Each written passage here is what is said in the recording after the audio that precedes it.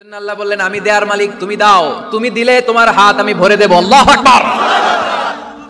মদিনার জমিনে সবচাইতে গরীব সাহাবীর নাম ছিল সাইয়েদনা বেলাল আল হাবাশী রাদিয়াল্লাহু তাআলা আনহু। বিশ্বনবীর খাস মুয়াজ্জিন, ইথিওপিয়া থেকে ইসলামের সুশীতল ছোঁয়ায় এসে মদিনায় বিশ্বনবীর হাতে হাত রেখে কালিমা পড়ে মুসলমান হয়েছে। দেখতে ছিল কুচকুচে কালো, কিন্তু হৃদয়টা ছিল সাদা। মদিনার সবচাইতে গরীব সাহাবী। লজ্জাস্থান ঢাকার মতো একটা লুঙ্গি ছিল, এছাড়া আর কিছু ছিল না। শুধু আমাদের লজ্জাস্থান ঢাকার মতো একটা লুঙ্গি আছে, আর কিছু নাই। এরকম কে কে আছেন? হাত তোলেন। কেউ নাই। তার মানে আল্লাহ আমাদের অনেক দিয়েছে, ঠিক কিনা? মদিনার সবচেয়ে গরীব সাহাবীর নাম বেলাল রাদিয়াল্লাহু তাআলা আনহু। লজ্জাস্থানটা ঢাকার কাপড় ছাড়া তার কিছু ছিল না। ওই বেলাল রাদিয়াল্লাহু তাআলা আনহুকে ডেকে বিশ্বনবী বললেন, আনফিক ইয়া বেলাল, ও বেলাল তুমিও আল্লাহর রাস্তায় দান করো। আনফিক ইয়া বেলাল লা তাখশা মিন যিল আরশি ইকলালা, ও বেলাল আল্লাহর ধনভাণ্ডারে কমতি নাই, তুমি দান করো, তোমারও বাড়ায়া দিবে কে? যে বেলাল রাদিয়াল্লাহু তাআলা আনহু লুঙ্গিটা পরা ছাড়া আর কোনো সম্পদই ছিল না, এই লুঙ্গিটাই সম্পদ, আর কিচ্ছু নেই। ওই বেলালকে বিশ্বনবী বলেছেন, দান করো বেলাল, কিপটামি করো না।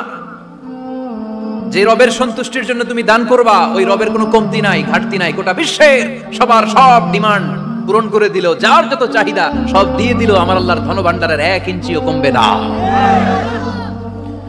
এজন্য মুত্তাকিদের প্রথম বৈশিষ্ট্য, আল্লাযীনা ইউনফিকুনা ফিস সাররাই ওয়াদ দাররাই ওয়াল কাযিমিনাল গায়যা ওয়াল আফিনা আনিন নাস ওয়াল্লাহু ইউহিব্বুল মুহসিনিন। মুত্তাকিনদের প্রথম বৈশিষ্ট্য, সুখে দুঃখে সব সময় দান করে একজনের খুশির জন্য। তিনি কে?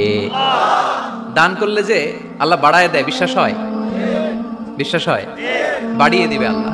মাসালুল্লাযীনা ইউনফিকুনা ফি সাবিলিল্লাহি কামাসালি হাব্বা আনবাতাত সাবআ সানাবিলা ফি কুল্লি সুমবুলাতিন মিআতু হাব্বা ওয়াল্লাহু ইউদাঈফু লিমান ইয়াশাউ ওয়াল্লাহু ওয়াসিউন আলীম। সুবহানাল্লাহ পড়েন।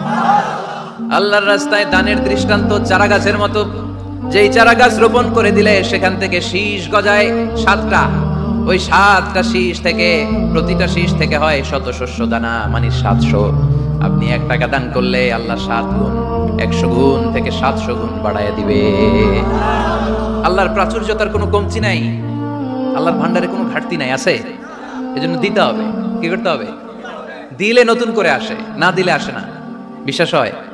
অনেকে বিশ্বাস করে না।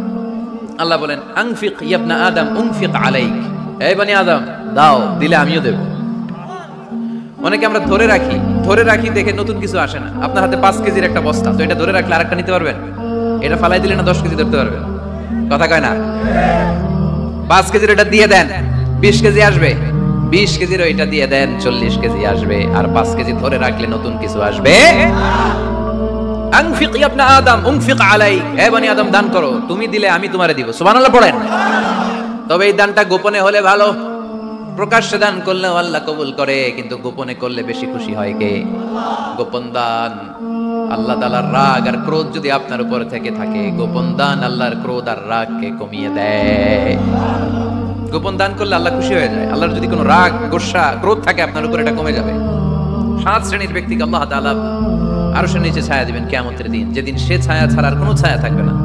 এর মধ্যে 1 শ্রেণীর ব্যক্তি, রাজুলুন তাসাদ্দাকা বিসাদাকা ফাআখফাহা হাত্তা লা তা'লামু শিমালুহু মা তুনফিকু ইয়ামিনুহু।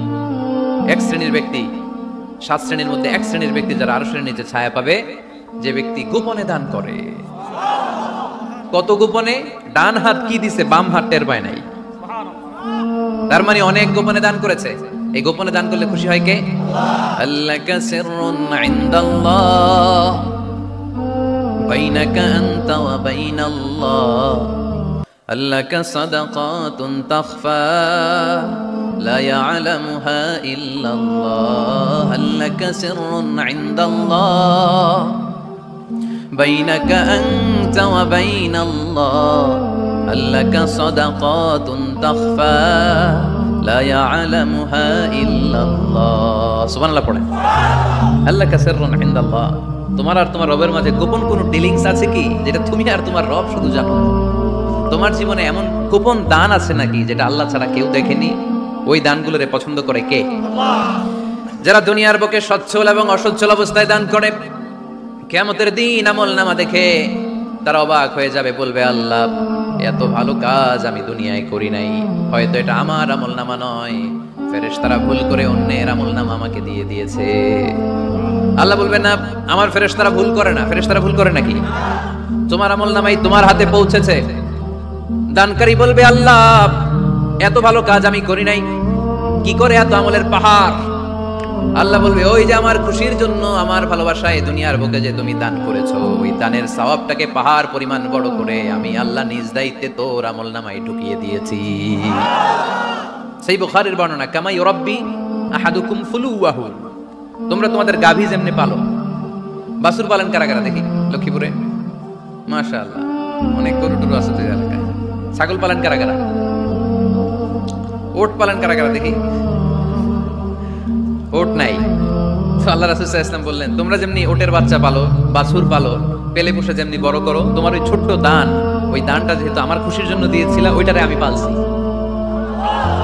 তোমরা যেমনি বাছুর পালছো, আমি আল্লাহ তোমার ছোট্ট দানের সওয়াবটাকে পেলেছি, পেলে পুষে ইয়া বড় উহুদ পাহাড়ের সমান করে এরপরে তোমার আমলনামায় উঠাইয়া দিছি। তাহলে মুত্তাকি বান্দার প্রথম গুণ, তারা দান করে। ইউনফিকুনা ফিস সাররাহ। লক্ষ্মীপুরের ভাইয়েরা খেয়াল করে শুনেন, মুত্তাকি বান্দাদের প্রথম গুণ, সুখে থাকি আর দুঃখে থাকি আল্লাহর রাস্তায় দান করব আমরা, ঠিক কিনা?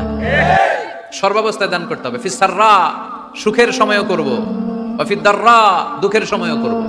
সুখের সময় যদি আমি বছরে 10,000 টাকা দান করি, দুঃখের সময় 10 টাকা তো দিতে পারবো। কথা বুঝে নাই বোধহয়? কষ্টের সময় অল্প দিব, কিন্তু দেয়ার ধারাবাহিকতাটা আমরা চালিয়ে যাব। পারা যাবে? তাহলে মুত্তাকিদের প্রথম গুণ, আল্লাযীনা ইউনফিকুনা ফিস সাররাই ওয়াদ দাররাই ওয়াল কাযিমিনাল গায়যা ওয়াল আফিনা আনিন নাস ওয়াল্লাহু ইউহিব্বুল মুহসিনিন। মুত্তাকিনদের প্রথম গুণ, সুখে দুঃখে মুত্তাকিরা আল্লাহর রাস্তায় দান করে। এটা বোঝা গেছে না? মনে থাকবে? কতক্ষণ? হ্যাঁ, কালকে ভুলে যাবে কাজ।